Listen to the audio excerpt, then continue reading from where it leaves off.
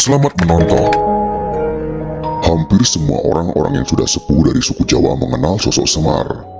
Semar merupakan tokoh punakawan dalam pewayangan. Ada pula yang mengenalnya melalui dunia mistis dan juga kebatinan. Namun generasi sekarang, banyak yang tidak tahu mengenai Semar yang dikatakan sebagai pamomong tanah Jawa itu.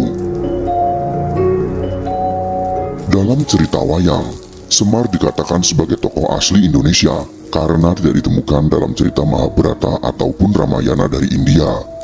Lantas apakah sama antara Semar dan juga Eyang Ismoyo yang makamnya ada di Gunung Tidar? Menurut sejarawan Profesor Dr. Slamet Mulyono, tokoh Semar pertama kali ditemukan dalam karya sastra zaman Kerajaan Majapahit yang berjudul Sudamala. Selain dalam bentuk kakawin, kisah Sudamala juga dipahat sebagai relief dalam candi suku yang berangkat tahun 1439. Asal-usul Semar juga memiliki beberapa versi, namun semua percaya Semar sebagai dewa turun dari langit dan menyatu dengan kehidupan manusia. Semar memiliki tugas membimbing manusia untuk memiliki budi pekerti dan menjunjung tinggi kebenaran. Karena tugasnya, Semar juga disebut sebagai dewa pangonging satrio sinamar dadi kawulo, atau dewa pengasuh kesatria yang menyamar sebagai hamba. Seperti dikisahkan dalam kitab-kitab Manikmaya, Kanda, dan Paramayoga, Semar berasal dari alam kedewataan atau jagat para dewa.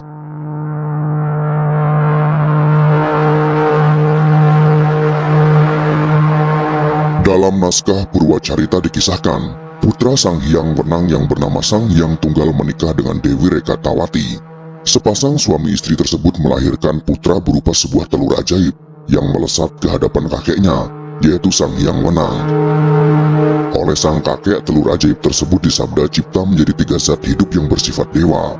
Bagian kulit dari telur yang keras menjadi Sang Teja Mantri atau Antaga, bagian putih telur menjadi Sang Ismaya, dan bagian kuning telurnya menjadi Sang Manikmaya. Dalam sebuah sayembara memakan gunung, Sang Teja Mantri dan Sang Ismaya kalah melawan Sang Manikmaya, sehingga mereka berdua harus turun ke Arcapada untuk menjadi pengasuh manusia-manusia keturunan Sang Manikmaya. Di Arcapada, Sang Teja Mantri atau Antaga beralih rupa dan nama menjadi Togo yang mengasuh manusia-manusia yang bersifat serakah. Sedangkan Sang Ismaya beralih rupa dan nama menjadi Semar yang menjadi pamomong kesatria-kesatria berdarah biru yang bergelimang dengan wahyu. Togo dikisahkan selalu gagal membujuk majikannya untuk bersikap dan berbuat baik dan benar. Semar berhasil membimbing asuhannya ke arah perbuatan benar, bijaksana dan luhur. Dalam pandangan aliran kepercayaan di Jawa, ada yang mengkiblatkan ajaran-ajarannya kepada ketokohan Semar. Dalam pengembaraan spiritual mencari tempat Sangkan Paraning Dumadi, sebagian orang Jawa secara spiritual sempat bertemu dengan tokoh Semar. Hal ini karena pengaruh mitologi dunia pewayangan yang cukup berpengaruh dalam menciptakan kerangka pemikiran mistis orang Jawa. Sisa-sisa faham animisme dan dinamisme juga sangat berpengaruh terhadap keyakinan ini, sehingga muncul pemahaman Semar adalah nenek moyang orang Jawa purba yang roh-rohnya telah menjadi danyang yang mengawal kawasan Pulau Jawa dan seluruh Nusantara berikut penghuninya sampai akhir zaman nanti. Oleh karena itu, dia ada kemungkinan untuk bisa dan terus hadir pada siapa saja, kapan saja, dan di mana saja. Di daerah Magelang, sejarah awal masuknya agama Islam ke tanah Jawa juga tidak terlepas dari kisah legenda yang ada di tengah masyarakat daerah ini, yaitu peran ulama Syekh Subakir, Syekh Jumadil Kubro, Syekh Maulana Maghribi, dan kerabatnya yang bertemu dengan Ki Semar di puncak sebuah gunung. Menurut riwayatnya, sebelum pusaka Kalimasada ditanam di puncak Gunung Bala, Syekh Subakir bermusyawarah dengan Kiai Semar di puncak sebuah gunung. Di puncak gunung inilah peti tempat menyimpan dan membawa pusaka Kalimasada itu dibuka, yang dalam bahasa Jawa berbunyi, "Petine diudar". Tempat membuka peti itu kemudian dinamakan Gunung Tidar. Dari puncak Gunung Tidar inilah, kemudian pusaka Kalimasada dibawa ke arah timur sejauh 17 km, yang kini tempat ini bernama Pakis, dan diusung ke puncak sebuah gunung untuk ditanam sebagai tumbal kanggo wong saala-ala, atau tumbal untuk orang banyak. Itulah sebabnya, tempat menanam tumbal ini sampai kini disebut Gunung Bala. Penanaman pusaka Kalimasada di puncak Gunung Bala oleh Syekh Subakir dan kawan-kawannya bermakna sebagai penancapan kalimat syahadat di jantung tanah Jawa, Sebagai tanda masuknya ajaran agama Islam bagi penghuni tanah Jawa, makam petilasan Eyang Ismoyo Jati di puncak Gunung Tidar berupa sebuah pusara yang di tengahnya berdiri tegak sebuah wujud keris pusaka Lu 9 setinggi kira-kira 2 meter. Bilah keris pusaka ini dari bahan tembaga berwarna kuning emas yang dihiasi 9 buah bintang. Nama-nama yang ada di puncak Gunung Tidar ini mempunyai makna yang tersamar. Sebutan Eyang maknanya eling podo sembayang, artinya ingat untuk melakukan sholat. Ismoyo maknanya ojo podo semoyo, atau jangan menunda. Kata jati artinya kape ono jati dirimu, artinya semua ada pada jati dirimu. Sedangkan kata Semar maknanya adalah siro eling marang Allah lan Rasul, artinya kamu ingat kepada Allah dan Rasul. Di pucuk Tugu Pasir Tanah Jawa yang berada di tengah lapangan di puncak Gunung Tidar, ada tulisan aksara Jawa 3 buah, yaitu sa atau so. Ini maknanya sopo salah seleh, artinya barang siapa yang bersalah akhirnya akan ketahuan.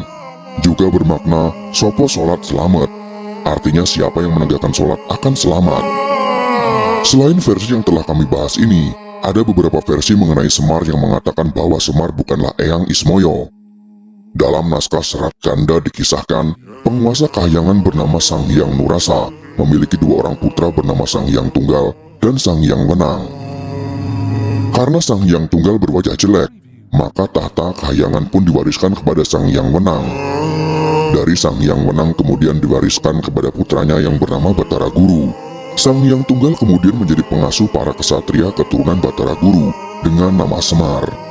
Dalam naskah Paramayoga dikisahkan, Sang Hyang Tunggal adalah anak dari Sang Hyang Wenang. Sang Hyang Tunggal kemudian menikah dengan Dewi Rakti, seorang putri Raja Jin Kepiting bernama Sang Hyang Yuyut. Dari perkawinan itu lahir sebutir mustika berwujud telur yang kemudian berubah menjadi 2 orang pria. Keduanya masing-masing diberi nama Ismaya untuk yang berkulit hitam dan Manikmaya untuk yang berkulit putih. Ismaya merasa rendah diri sehingga membuat Sang Hyang Tunggal kurang berkenan. Tahta kahyangan pun diwariskan kepada Manikmaya yang kemudian bergelar Batara Guru. Sementara itu Ismaya hanya diberi kedudukan sebagai penguasa alam Sunyaruri atau tempat tinggal golongan makhluk halus.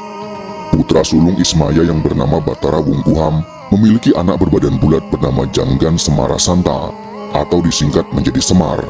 Ia menjadi pengasuh keturunan Batara Guru yang bernama Resi Manumanasa dan berlanjut sampai ke anak cucunya. Dalam keadaan istimewa, Ismaya dapat merasuki Semar sehingga Semar pun menjadi sosok yang sangat ditakuti, bahkan oleh para dewa sekalipun. Jadi menurut versi ini, Semar adalah cucu dari Ismaya. Dalam naskah Purwakanda dikisahkan, Sang Hyang Tunggal memiliki 4 orang putra bernama Batara Pugu, Batara Punggung, Batara Manan, dan Batara Samba. Suatu hari terdengar kabar bahwa tahta kahyangan akan diwariskan kepada Samba. Hal ini membuat ketiga kakaknya merasa iri. Samba pun diculik dan disiksa hendak dibunuh. Namun perbuatan tersebut diketahui oleh ayah mereka. Sang Hyang Tunggal pun mengutuk ketiga putranya tersebut menjadi buruk rupa. Pugu berganti nama menjadi Togo, sedangkan Punggung menjadi Semar. Keduanya diturunkan ke dunia sebagai pengasuh keturunan Samba, yang kemudian bergelar Batara Guru. Sementara itu, Manan mendapat pengampunan, karena dirinya hanya ikut-ikutan saja. Manan kemudian bergelar Batara Narada, dan diangkat sebagai penasehat Batara Guru. Itulah beberapa versi tentang Semar yang merupakan salah satu tokoh pewayangan. Menurut beberapa naskah mengatakan bahwa Semar bukanlah Eyang Ismoyo. Ada naskah yang mengatakan bahwa Eyang Ismoyo adalah cucu dari Semar. Sulit memang untuk membuktikan sesuatu yang tidak pernah kita lihat secara langsung. Maka dari itu kita hanya bisa berasumsi dengan pendapat dan keyakinan kita masing-masing.